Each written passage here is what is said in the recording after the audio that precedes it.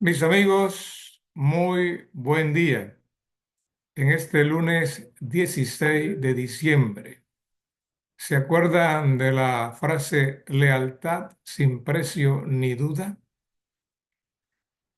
Esta composición lingüística es tan falsa como el chen que prometió Molino durante la campaña.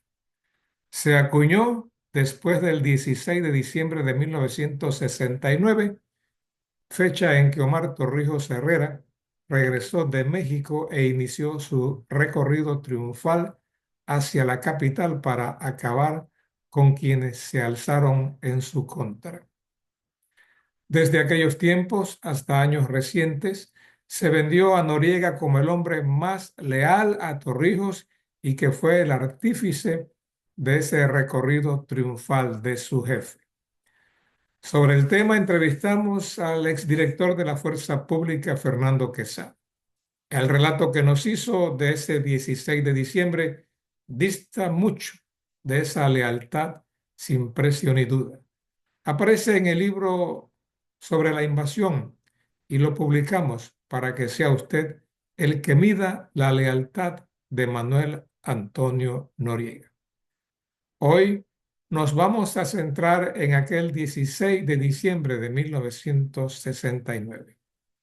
A partir de ese momento y hasta 1989 se le dio la connotación de Día de la Lealtad por el supuesto papel jugado por quien fungía como jefe militar en la provincia de Chiriquí. Hemos conversado con varias fuentes y todas coinciden en que Noriega formaba parte de los golpistas. Abro comillas. René, este ciudadano ha sido el más desleal y traicionero que ha tenido Panamá. Te voy a contar hechos que se dieron antes de ese 16 de diciembre para que saques tus propias conclusiones, dijo la fuente que prefiere el anonimato. Sigue narrando. En aquellos tiempos había dos oficiales internados en las montañas de la provincia de Chiriquí, sofocando a los simpatizantes del doctor Arnulfo Arias Madrid, quien fue destronado desde la presidencia el 11 de octubre de 1968. Esos oficiales eran el capitán Eduardo Herrera, primo de Torrijos, y del subteniente Fernando Quesada. Noriega, su jefe, los tenía ubicados en las regiones montañosas en diferentes puntos de control. Según la narración de Quesada, Noriega sabía del golpe contra Torrijos desde el 13 o 14 de diciembre de 1969.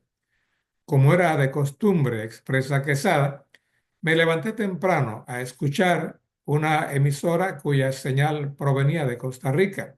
De repente, escucho a un locutor comentar que en la capital panameña le estaban dando un golpe a Omar Torrijos Herrera. De inmediato, puse en alerta al capitán Eduardo Herrera y junto a más de 300 soldados bajamos a la ciudad de David. De inmediato rodeamos el cuartel.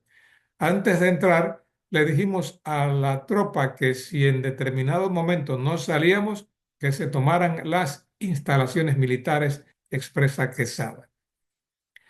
Herrera y yo entramos a las oficinas principales y allí estaba Noriega, con los teléfonos que lo iban a volver loco. Después de saludarnos de manera fría, me pidió que saliera. Herrera se quedó con él para salir luego.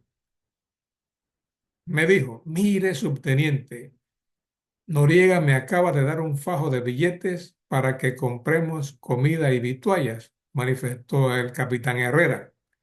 Los dos nos pusimos de acuerdo y volvimos a entrar, para luego conminar a Noriega a que apoyara el retorno de Torrijos. Fueron momentos de mucha tensión y claro que Noriega estaba con los golpistas y creo que ese dinero se lo enviaron desde la capital, señala Quesada. En ese momento se selló la suerte de Torrijos y el ascenso vertiginoso de Noriega en la Guardia Nacional. El oficial encargado de la provincia de Chiriquí le dio el apoyo a Torrijos y ese 16 de diciembre de 1969 quedó grabado como el Día de la Lealtad. Pero, ¿de qué lealtad hablamos si ese día la traición estaba a punto de consumarse, pregunta Quesada. A interrogante de si la movilización de las tropas que estaban en la montaña fue el punto decisivo para que Noriega variara de posición, Quesada afirma que así fue. Una alerta de una emisora de onda corta de Costa Rica fue la clave para que la historia cambiara de rumbo. De lo contrario, no habría revolución de octubre. Quesada piensa igual que los coroneles Leonidas Macías y Díaz Herrera en cuanto a por qué Torrijos mantuvo y ascendió a Noriega en el ejército. Dicen que a los enemigos con los tentáculos de Noriega hay que tenerlos cerca. A pesar de que Torrijos le dio el golpe a Boris Martínez y siendo Quesada primo de Boris, el general siempre mantuvo a Fernando Quesada cerca. No sabemos si fue por el mismo principio que mantuvo a Noriega o en realidad le tomó aprecio a este militar que hoy nos cuenta una historia donde deja a Noriega como un traidor a Torrijos y a la patria. Al final de la conversa le preguntamos sobre quién fue el causante de la invasión y Quesada, sin duda alguna, dijo con voz de carácter, Manuel Antonio Noriega. En otra narración con otro oficial que prefiere el anonimato, aseguró que en los momentos en que llegaron los oficiales Herrera y Quesada, Noriega sacó un maletín lleno de dinero. Me dicen que había $40,000 y de allí extrajo varios billetes. Estas son vituallas que me han llegado y ustedes deben estar muy cansados y con ganas de comer. Palabras textuales expresadas por la fuente, las cuales son atribuidas a Noriega. ¿De dónde provino ese dinero? ¿Y qué pretendía Noriega al compartir parte de esa suma con los militares que bajaron de la montaña Chiricana? Se pregunta la fuente. Tengo la plena seguridad de que ese maletín llegó de forma directa de la capital y fue enviado por los golpistas que intentaron separar a Torrijos del cargo, señala el entrevistado. Cuando la fuente reveló este pasaje de la historia, nuestras mentes, tanto la de mi esposa María Teresa y yo que escribimos el libro sobre la invasión, esas mentes viajaron a 1903, momentos en que los separatistas compraron a los oficiales de los batallones colombianos para que regresaran a su país. Aquí cobra vigencia aquello de que el dinero puede doblegar el carácter ético de la persona más acrisolada. En pocas palabras, Noriega sería el Esteban Huertas, militar colombiano que vendió a su patria colombiana por $25,000. Ese objetivo de Noriega se malogró gracias a la intervención del capitán Herrera y del subteniente Quesada. Es más, dice la fuente anónima, quiero que sepas que Torrijos llamó varias veces al cuartel de David para hablar con Noriega, pero todo fue en vano. Noriega no quería responder las llamadas. Cuando se vio acorralado por las fuerzas militares que comandaban Herrera y Quesada, el panorama cambió. Al poco tiempo le contestó a Torrijos, claro, por la presión de el capitán Herrera y el subteniente Quesada. De esa llamada sale la frase incondicional de Noriega poniéndose a disposición de lo que decidiera Omar Torrijos Herrera, indica la fuente. Ese pronunciamiento fue ensalzado por el periodista chiricano Medoro Lagos, quien adornó lo expresado por Noriega para hacerlo ver como el hombre leal que permitió el regreso triunfal de Torrijos. Lealtad sin precio ni duda. Vaya. Otra fuente consultada, de mayor rango que la primera, me confirmó lo anterior y utilizó frases muy hirientes cuando se refirió al periodista Medoro Lagos. Busca en los periódicos de aquella época y mira quién fue nombrado ministro de Trabajo por los golpistas. Nada más y nada menos que Luis Carlos Noriega, hermano del militar, dice la fuente anónima. Él estaba involucrado en el golpe y puso como condición que pusieran a su hermano como titular de trabajo. Noriega nunca le fue leal al país y tampoco a Torrijos. En vida fue doble agente y siempre creaba escenarios misteriosos y de discordia para beneficio propio. Te puedo dar nombres, dijo la fuente, de personas que ya murieron, las cuales en vida confirmaron todo lo que te digo, dice el anónimo.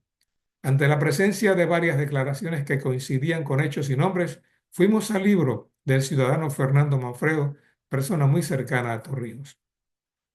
La obra lleva por título La transición del Canal de Panamá 1979-1999. En la página 48 aparece, abro comillas, Silvera, uno de los golpistas contra Torrijos, me pidió que lo acompañara al cuartel central. Durante el camino no dijo una palabra. Pensaba que me esperaba lo peor. En el cuartel, el coronel Alejandro Araúz Valencia, el fulo jefe del G2, leía en voz alta los nombres de los comunistas en Panamá. Al mayor Roberto Díaz Herrera, primo hermano de Torrijos, lo tenían sentado sobre una pequeña cama que utilizaba Torrijos para descansar en la oficina principal. Traté de hacer contacto de ojo con Díaz Herrera, pero no fue posible. Me percaté que la cartuchera de su pistola estaba vacía. De regreso en la presidencia, delante de mí, Silvera llamó a Noriega por teléfono al cuartel de David y preguntó, ¿te sumas o te restas? Noriega condicionó el apoyo a que nombraran a su medio hermano Luis Carlos Noriega, ministro de Trabajo, comentó Silvera a otro oficial. Ahora, busquemos en la prensa internacional para ver qué decían de este golpe contra Omar Torrijos Herrera. El diario The New York Times reseña el 16 de diciembre de 1969 y abro comillas. El gobierno militar provisional expulsó del gabinete a dos ministros de tendencia izquierdista. El ministro de Trabajo, Rómulo Escobar Betancourt, a quien generalmente se le atribuye haber escrito un plan sindicalista, y al ministro de la Presidencia, Juan Materno Vázquez, quien se cree estaba asistiendo a una conferencia en Caracas, Venezuela. Fueron reemplazados por Arturo Sucre y Luis Carlos Noriega. Fin de la cita. Después de leer y releer, concluimos que la razón de intentar sacar a Torrijos se debió a la fuerza que estaba tomando la izquierda en su gobierno. Vale recordar que una de las frases favoritas de este proceso revolucionario fue ni con la izquierda ni con la derecha, sino con Panamá. Fueron momentos donde la Guerra Fría entre el capitalismo y el comunismo estaba en apogeo y había una lucha encarnizada en el continente para acabar con todo lo que olía a comunismo. Entablamos comunicación con Roberto Díaz Herrera para escuchar la versión sobre esta investigación. Para el día del golpe contra Torrijos, el mayor Díaz Herrera fue puesto preso en una oficina que usaba Torrijos para descansar. Antes de morir, Noriega, este coronel, tuvo la oportunidad de conversar con el general. Ambos intercambiaron impresiones, las cuales sellaron rencillas, si es que las hubo. Así lo narra Díaz Herrera. Luego de que Noriega vuelve al país, después de unos 23 años de cárcel en Miami, París y en Panamá, unos 8 meses antes de fallecer en el Hospital Santo Tomás, se da la conversación. Le debo al gran amigo difunto don Bobby Zanetatos la oportunidad espiritual que él me dio. Charlando en sus oficinas, de pronto me dijo, Coronel, yo hablo por celular con el general Noriega. Si yo se lo llamo, ¿le hablaría a usted? Me sorprendí interiormente. En medio segundo y de modo tranquilo le respondí, por supuesto. Él hizo la llamada y sin decirle que estaba conmigo me pasó al mero y sentí en Noriega un real atisbo de sorpresa al escuchar mi voz. Le dije, hola Manuel Antonio, de corazón te deseo que ya te dejen ir a casa. Y le dije, es tiempo ya de que retornes a tu hogar y puedas ver a tus hijas y nietos. Ningún nacional ha pasado como tú 25 años en prisión. Él reaccionó diciéndome, hola Roberto, te deseo éxito en todas tus programaciones. Y cerramos.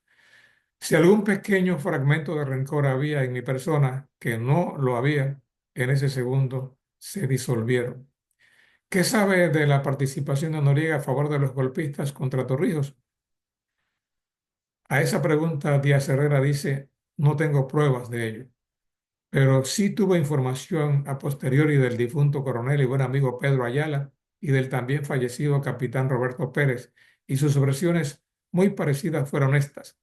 Noriega parpadeó varias veces ante las llamadas del general desde México y solo por la presión de un batallón comandado por el entonces capitán Eduardo Herrera y un par de oficiales muy leales a Torrijos hicieron que se plegara a favor del retorno de Torrijos.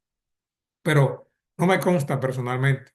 Y lo cierto es que al recibir a Torrijos se convierte con toda razón y sin más elementos probatorios en la llave y clave para dicho retorno triunfante.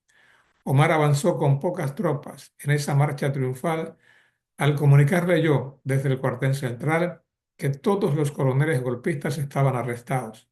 Tal audaz retorno convierte a Omar Torrijos en un líder nacional inicial ante el asombro y vitoreo popular en su recorrido hasta la capital. Ahora, otros puntos. Creyó Omar desde entonces al ascender a Noriega a teniente coronel y G2 en su verdadera lealtad. Dice Díaz Herrera, tengo serias dudas. Omar tenía un olfato de animal de monte y como dijo luego de su muerte Gabriel García Márquez, Torrijos era tan desconfiado que solo creía en su propia intuición. Dice Díaz Herrera, me tomo de esa frase y divulgo unos hechos que pueden dar buenas pistas. Lo primero, Omar conocía muy bien el contacto de la CIA con Noriega. Sabía incluso la codicia material de Noriega y sus jueguitos con narcotraficantes. Prueba de ello es que en los años 72 o 73 lo visitó un alto oficial de lo que luego sería la DEA, para entonces con otro nombre como Dirección Federal de Narcóticos o algo similar. El funcionario gringo le dijo a Torrijos, su alto oficial de inteligencia tiene conexiones directas con capos colombianos de las drogas. Omar le respondió, presénteme las pruebas y lo destituyo y meto en la cárcel de inmediato. El estadounidense respondió, no podemos aportar pruebas porque su hombre está apoyado totalmente por la CIA. Torrijos le ripostó, entonces, ¿de quién me fío? ¿De usted o de la CIA? Y acabó la reunión. Dice Díaz Herrera, personalmente le llevé a Omar una información negativa sobre Noriega, siendo yo su asistente directo y primo hermano. Al escucharme me respondió, ¿puedes tú hacer las tareas que él hace?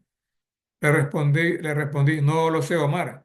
Entonces, en un tono amistoso, irónico, me dijo, no puedes, tú le haces acrósticos a tus enamoradas. Mira, hasta en el Vaticano tienen servicios de espionaje. Creo que Omar, sobre todo en sus últimos años, desconfiaba mucho de Noriega, pero tal vez se aferraba al principio milenario de los chinos como en el arte de la guerra. Mejor mantén a tu enemigo interno peligroso tan cerca que lo puedas vigilar. Fin de la cita. Y ante estos señalamientos crudos viene la pregunta. ¿Sabía Torrijos de esto? Esta pregunta nos vino a la mente antes de entablar diálogo con Díaz Herrera. Su respuesta coincide con nuestra tesis. Es posible que los nexos con la CIA llevaron a Torrijos a deducir que era mejor tenerlo al lado. La fuente primaria también se refirió al intento del golpe contra el presidente Guillermo Endara aquel 4 y 5 de diciembre de 1990. La mayoría de los oficiales estaba involucrada. Que no se vengan ahora con sirenas de fantasías, cuentos de hadas o golpes de pecho. Por allí los veo con caritas de yo no fui y entre esos hay uno que fue el máximo torturador en los tiempos de Noriega, concluye la fuente. Y después de leer este fragmento del libro sobre la invasión, ¿cuál es su comentario? Abrazos y que Dios nos bendiga en este lunes donde recordamos parte de esos procesos que encabezó Omar Torrijos Herrera. Abrazos.